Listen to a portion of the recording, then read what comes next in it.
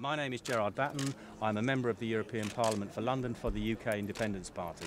And we're here today outside the Grove Hotel where they're having the Bilderberg meeting because I'm one of those many people from many different political points of view who are asking the question, what are these people meeting for? I think this year is very significant because it's the first year in 59 years that we've actually got members of the mainstream press and media turning up to actually interview people like me and Alex Jones, who's here and filming me today, and asking what's going on. That's a major breakthrough. And I think that the reason that people are very upset about this is because they don't know what the conclusions are of these meetings. Now, they say they don't have any conclusions, but are we really supposed to believe that 130, 140 people of the most powerful, richest, influential people in the world give up their time, fly across the world to come here, and it doesn't have a significance? I don't believe that for a minute. If it isn't significant, why would they come? If it is significant, what does it all mean? And I think the reason that a party like mine, the UK Independence Party, is soaring ahead in the polls and getting votes is because people now feel that politics is something that's done to them and not something that's done for them. And this is the heart of the malaise. People feel that it doesn't matter what they think, it doesn't matter what they believe, they're going to have these policies that they don't want thrust down their throat anyway. And this is where my party's different, whether you agree with us or not. A lot of people feel that we're sincere and we actually stand for certain things, and that's why they're voting for us. I heard you speaking with the London Telegraph just a few minutes ago, and you've obviously done your research because it's been declassified. The CIA funded the creation of the European Union. UKIP's the fastest growing party, obviously, now in the UK in the last elections, because you guys talk about how you're losing your sovereignty and how you've got EU license plates and 80% of your laws or so are EU and you don't get a vote on it. But again, it's a corporate group that took over America, created the UN, created all this. It's not even really America, but it was the CIA, kind of this corporate body that's anti-free market, kind of monopoly men, that did set up the EU to get rid of the sovereignty of Europe. I mean, if Hitler would have come up with a corporate plan to take over, we'd all be... He did, because in actual fact, in 1942, the German German central bank under Dr. Walter Funk, along with leading industrialists, set how are we going to run the economy of Europe after we've won the war? Because at that time, it was know your stuff. The EU is a Nazi plan. Europäische Wirtschaftsgemeinschaft, the European Economic Community, that's what they called it, and it had a common agricultural policy, a common this policy, a common that policy. And I haven't done enough research on this, but I'll be willing to bet that some of the civil servants that drew that plan up actually found jobs 10 or 15 years Prince later. Bernhard was an SS officer, and he was the founder. And Queen Bernhard of the Netherlands is here. Oh, the Queen of the Netherlands is here. And her son, who's about to be king. Yeah, and she comes to every one of these meetings. Okay, so specifically, though, talk about in the 60s and that vote and the CIA funding the euro. Well, 1975 is the last time that we had a referendum in this country, and it wasn't about joining the EU because Ted Heath had already taken us in with no mandate, no democratic mandate to do it. But under a trade deal, just like in the U.S., we're under free trade. That's yeah. what they told us, but everybody who knew anything about it knew that wasn't the case anyway. But anyway, we got in. Harold Wilson won an election saying, I'll give you a referendum on the EU, and it was about whether we should accept his renegotiated terms, stay in or get out. And we don't know the exact figures, but the CIA put money into the Yes campaign. The BBC had meetings every day to make sure that that there was a Yes vote delivered. Major organs of the press were involved in that. So the No vote were totally outspent and outclassed in terms of the campaign. So is this not a corporate takeover via EU government? Well, that was the CIA, so presumably they get their money from the government. So I see this as an instrument of American foreign policy at the time, because as Henry Kissinger said, who do I talk to when I want to ring Europe? He doesn't want to ring 20-odd individual nation states and have to worry about dealing with them. He wants to deal with one centralised authority, a United States of Europe. So I see this as your corporate idea may well be very valid. Well, sure, it's Bilderberg that gives the orders in the U.S., though. It's the main contingent is Americans and Brits, and then some EU.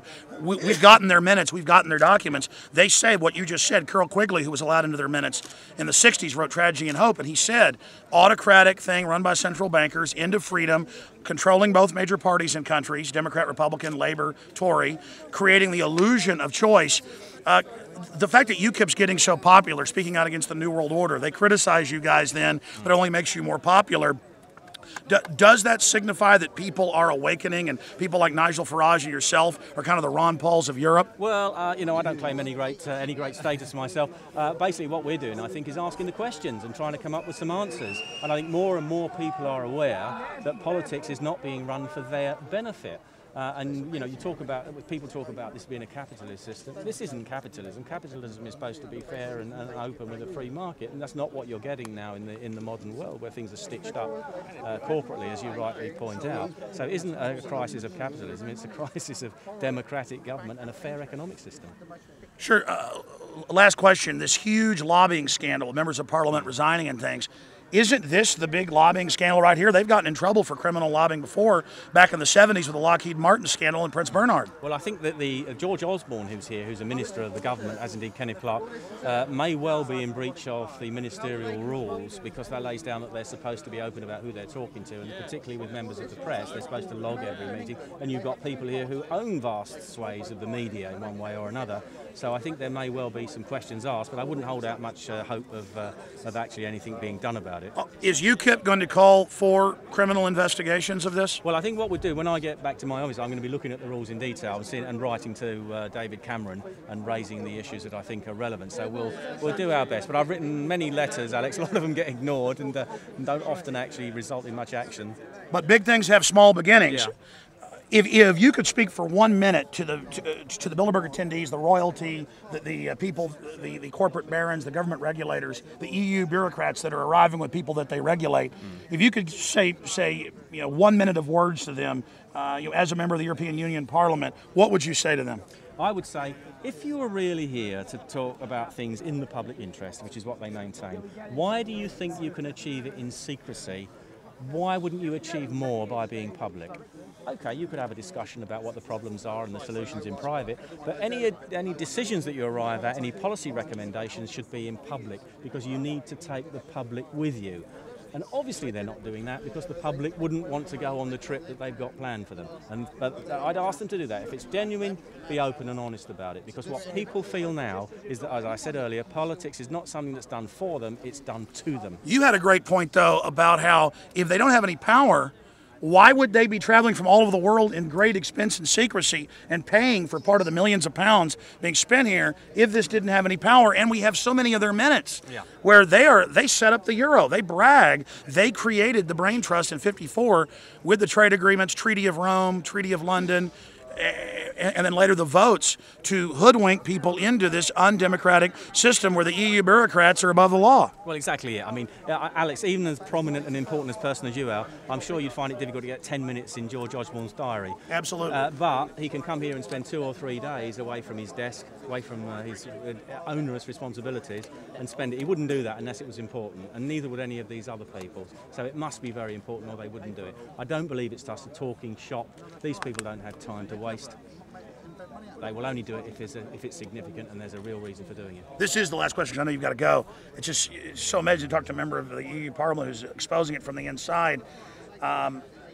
Looking at this whole event, every time the BBC or the London Telegraph or any of them come up and talk to me or they talk to you, they say, "Are you a conspiracy theorist?" For a long time, they said this didn't even exist. Now we force them to report it, and then we're somehow bad that we're wanting to know what policy is being made in there by this shadowy group, and we have WikiLeaks documents from Bilderberg. They've confirmed are real, where Kissinger says, illegal, we do immediately, unconstitutional takes longer. I mean, this is a guy known for war crimes. Yeah. I'm sorry, I've forgotten what your question was there. I'm sorry, is it? What do you say about them using that throwaway term of conspiracy theorist? Well, I say, what's the definition of a conspiracy? It's 2 or more people meeting in secret to achieve an end, which might be illegal or illegal. So in the strict use of the word, it is a conspiracy because we don't know what they're talking about, unless they have no objective at all and it's just a friendly chat over a cup of tea, which none of us believe.